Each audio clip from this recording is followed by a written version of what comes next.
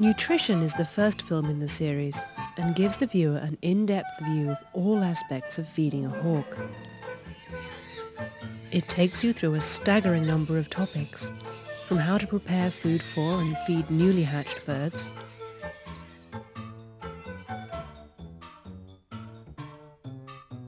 to how a bird actually digests the food.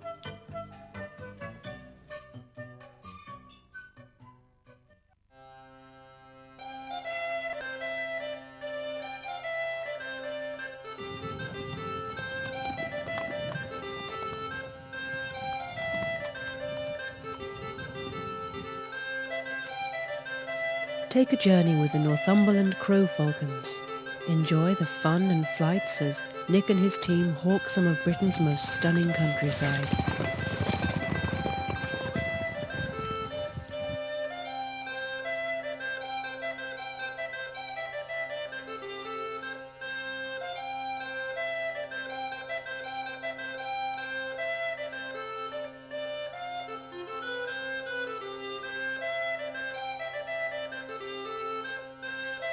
Yay! Well done, band!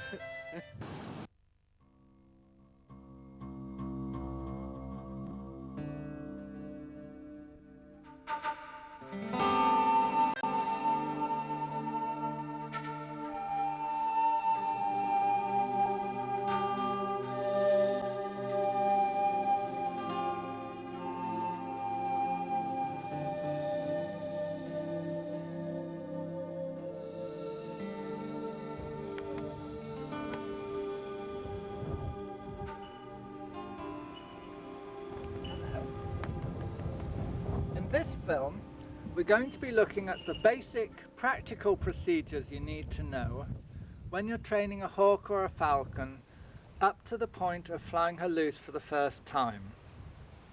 We're going to be following the real-life training of a Harris hawk, a young Saker falcon, a peregrine falcon. In later films, we're going to be looking at more detail at aspects of training, such as fitness training, conditioning, entering your bird at quarry, and looking at her behaviour in detail. Arthur Middleton is training a young female Saker falcon called Gerudi. Gerudi was bred at the facility from a good hunting bloodline. Now she's 2 months old and just starting her training.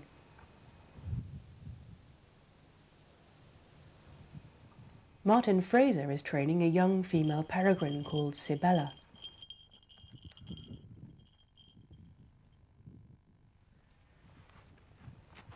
And Pippa is starting on Gripper, our young Harris hawk.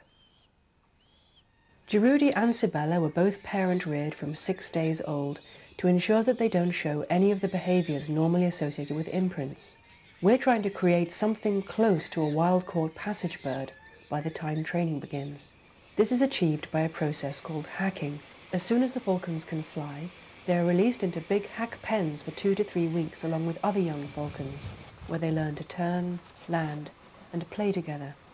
Within this short space of time, the physical change in the falcons is remarkable, and they mature mentally from being dependent babies to becoming adolescents testing their skills. An alternative to pen hacking is wild hacking. This is more risky for the youngsters, who may be killed or injured, or lost altogether. Non-indigenous and hybrid raptors should be wild hacked with great care in case they escape into the wild population.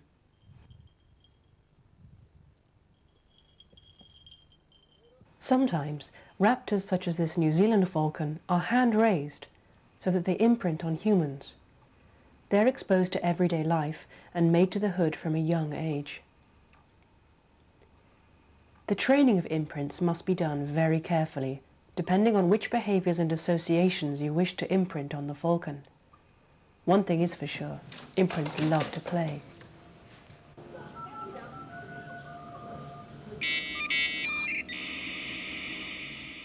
In some countries, licenses are still granted to take birds from the wild, thus avoiding the whole hacking process.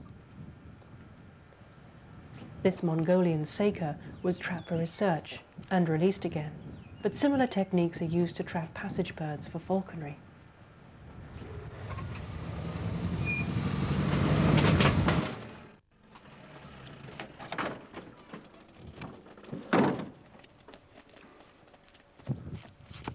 In the UK, we're not so fortunate and must rely on hacking to produce high-quality hunting falcons.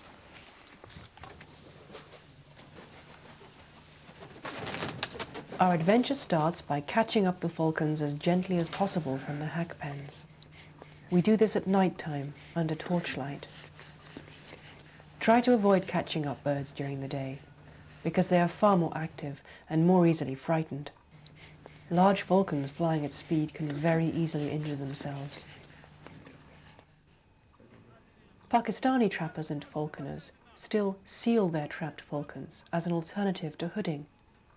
Using a needle, they pull a single thread through the lower eyelids and tie it above the head. This is unnecessary, and it can lead to eye infections requiring veterinary treatment. Dr. Tim Sullivan from the Abu Dhabi Falcon Hospital is here treating one such case.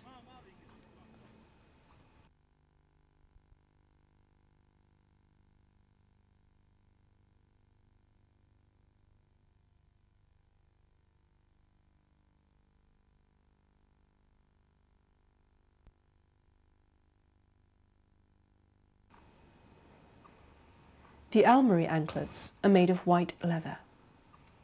At the back, we've beveled off the edges, top and bottom, and added some little cuts to splay out the edge of the leather and prevent it from rubbing against the leg.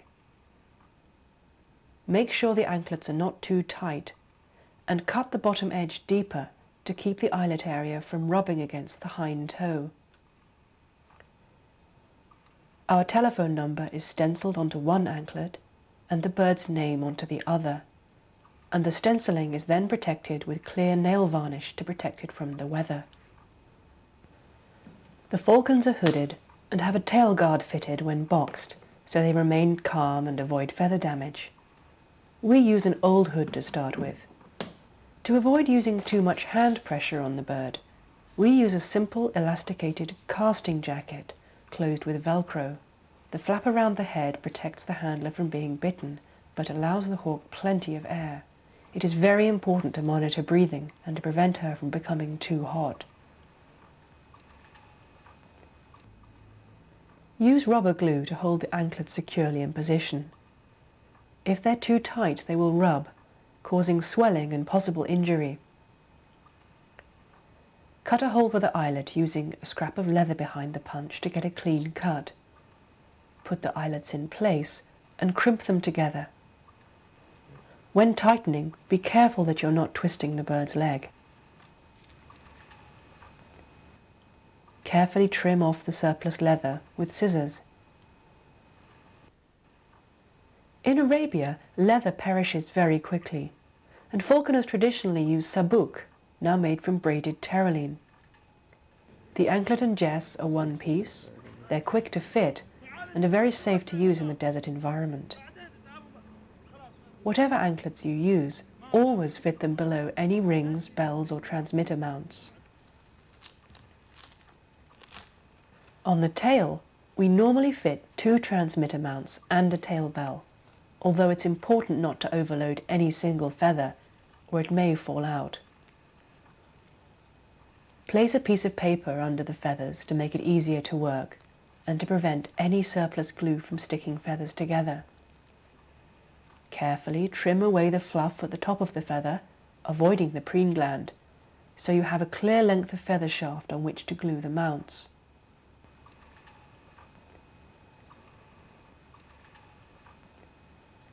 Take a piece of leather with a hole punched in each end and thread it onto the bell.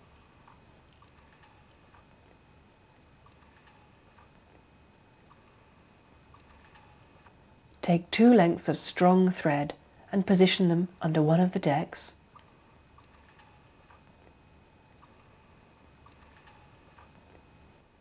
Glue in between them using rubber glue and thread them through the leather tab, pulling the bell down onto the glued area.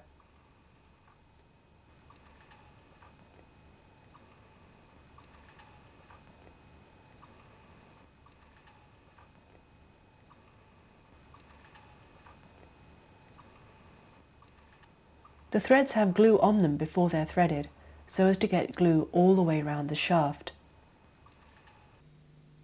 Before pulling the threads tight, be sure to pull them over the leather tab and up hard against the bell.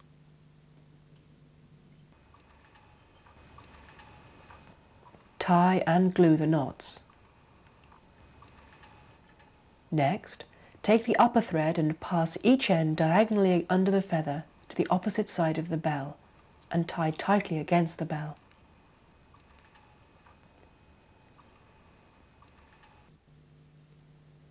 Secure the knots and cut off any excess thread. Do the same with the lower thread. This ensures that the bell is pulled into an upright position.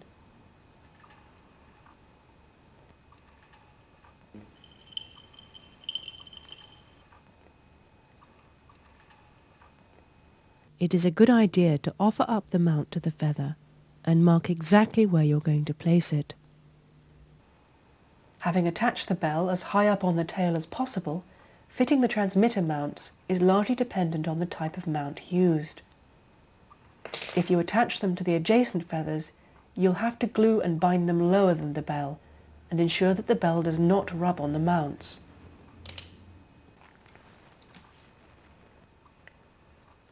Therefore, it's often better to leave one feather in between mounts so that the transmitter is as high as possible. Remember to coat both surfaces with the rubber adhesive.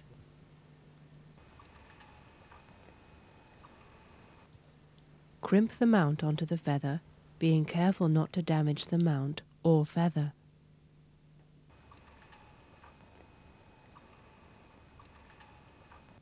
Take the already fixed thread and slip it through the mount.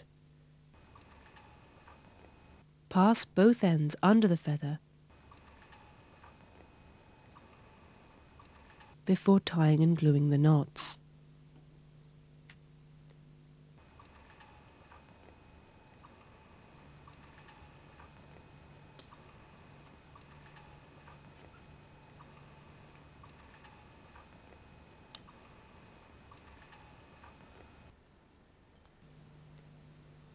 Now that everything's attached, we can thread the jesses and attach the swivel.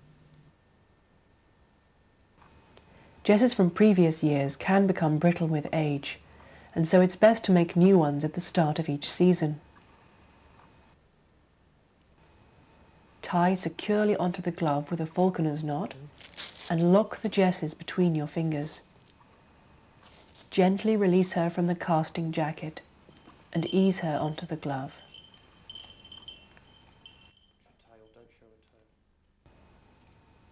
Any bent feathers can be straightened quickly and easily by dipping them for a few seconds into hot, but not boiling, water.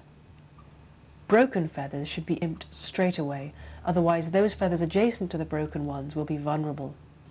While she's still a bit wild, the tail is protected with a tail guard made of X-ray film. It slips over the bell and closes with Velcro tabs.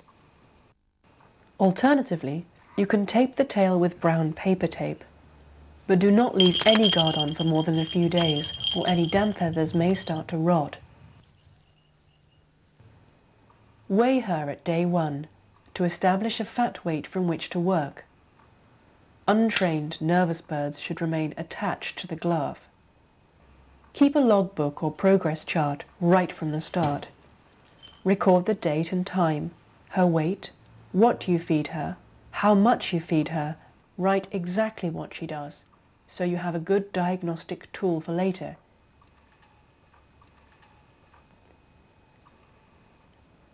She can be placed in a cool, quiet place where she cannot injure herself or damage feathers.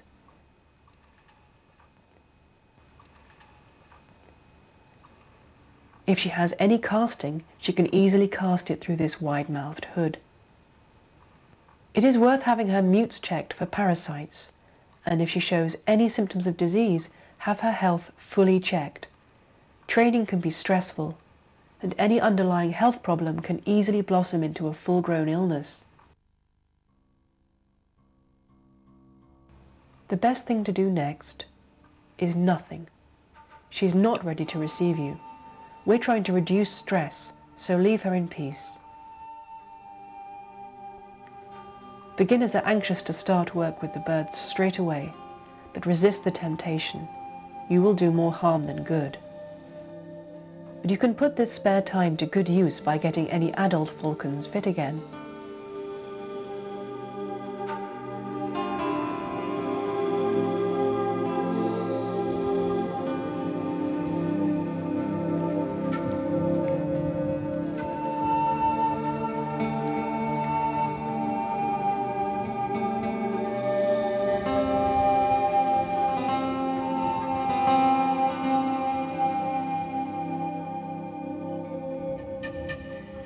During the first 2 days, she will not have lost much weight, and a bird such as a female peregrine or a female saker will not even think about feeding. Keep her hooded during this time, and avoid hot stuffy rooms with fitted carpets, where aspergillus or fungal spores can kill a stressed bird if inhaled. By day 3, you can spend short sessions simply carrying or sitting with her in a quiet, darkened room and recording her progress. These early training sessions will be quite short.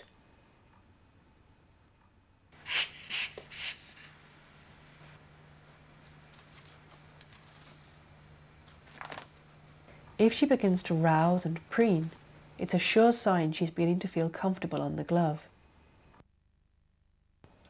Offer her easy meat, such as skinned day-old chick.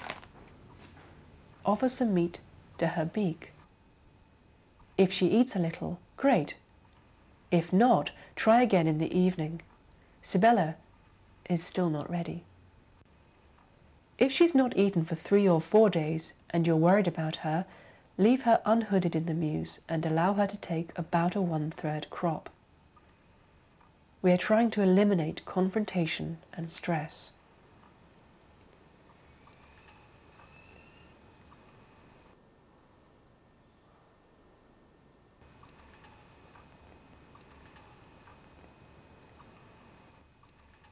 In this environment, she soon relaxes, and it will only be a short time before she feeds unhooded from the fist.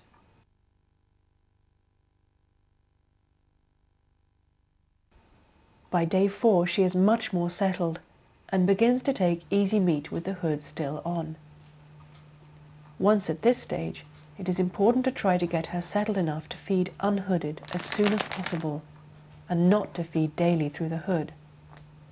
Continual feeding for days through the hood will result in a bird which behaves badly on the fist and constantly chews at the glove if it thinks there's food there. Loosen the braces and put some food in her toes. By squeezing her toes and lifting her talons, she should start to bite around the food, even though she can't see it.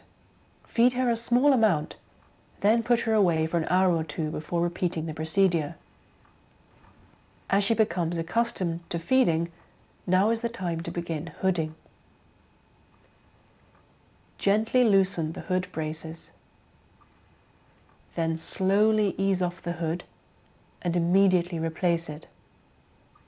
Keep her in a kind of trance, repeatedly hooding and unhooding her. We are laying the groundwork for good hooding. Let's see how Arthur's getting on.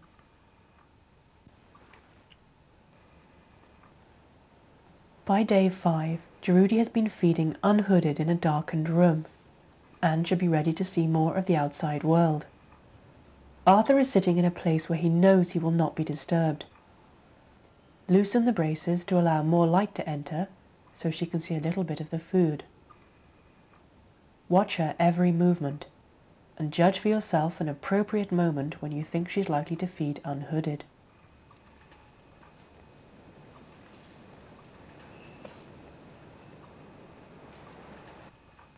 Remove the hood, but don't look at her directly, or she will see it as a threat and be afraid. Wriggle your fingers in the glove to get her to look down at the food. Any sudden movements, especially from your free hand, will scare her. Giroudi is still very suspicious and shows more interest in her surroundings and the cameraman than in the food. Arthur holds Giroudi slightly higher than usual so that he appears less threatening to her. If she baits, it's not the end of the world, but lift her clear of any obstacles to prevent her breaking feathers.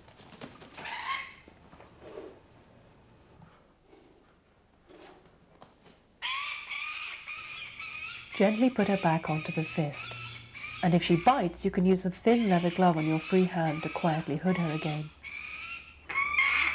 If she continues to bait, put the hood on her while she's lying down and give her time to regain her composure.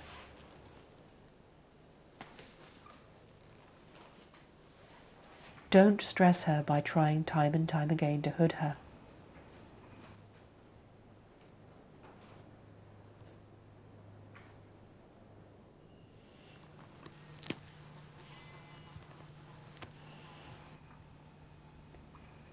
Once Sibella has been feeding unhooded from the glove for a few days, she's put out on the lawn for short spells where she can preen and bathe.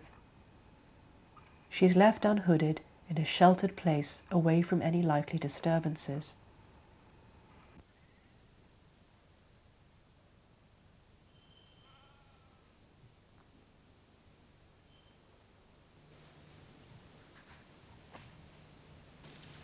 Martin approaches Sibella far too quickly, causing her to bait away.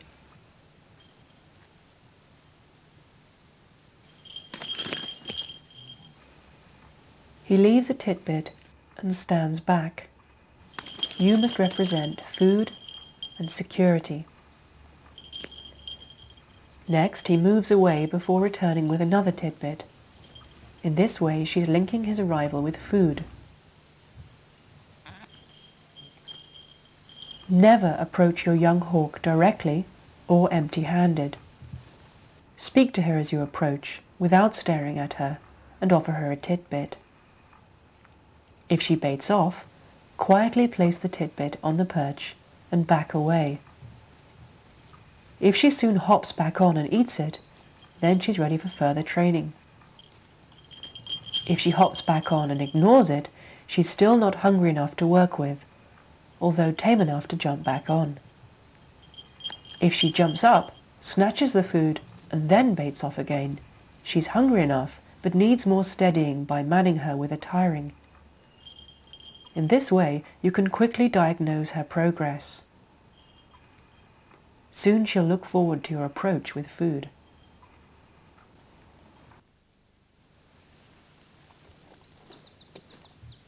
Every day you must carefully weigh the falcon. First, shut the door and secure the room. Check the scales are in balance. If you have electronic scales, place a 1 kilogram weight on to check for accuracy. If the bird is uneasy, leave the leash attached, but the weighing will not be as accurate.